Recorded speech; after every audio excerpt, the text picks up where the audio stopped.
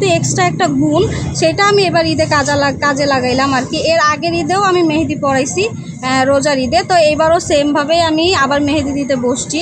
তো গতবার তো ঈদের মধ্যে আমি বসতে পারি নাই, কারণ রোজার মধ্যে আপনার ঈদে বৃষ্টির জন্য আমরা আসি নাই। তো এবারকে আলহামদুলিল্লাহ সবাইকে দিয়ে দিয়ে আমার নিজের একটা আর্নিং হইতেছে, এটার মাধ্যমে আমি আমার নিজের কিছু শখ পূরণ করতে পারবো। এটা দিয়ে আমার ফ্যামিলি চলে না, বাট আমি আমার নিজের জন্য, নারী উদ্যোক্তা বলতে পারেন, যে আমি নিজের জন্য এই কাজটা আর কি করতেছি। এখানে আমার ফ্যামিলির কোনো ইনভলভ নেই, আমার নিজের বিজনেসেরটা, আমার এখানে যা আমি ওয়েস্ট করছি বিজনেসের জন্য ব্যয় করছি, সেটাও আমার নিজের, ফ্যামিলিগতভাবে তেমন কোনো কিছুই না, বা আমার ইনকামও আমি আমার ফ্যামিলিতে দেই না। আমার নিজের শখ পূরণের জন্যই আসলে এখানে যেহেতু বেশিরভাগই নারী উদ্যোক্তা, যার কারণে আমি এই পথে আর কি আমিও বের হচ্ছি।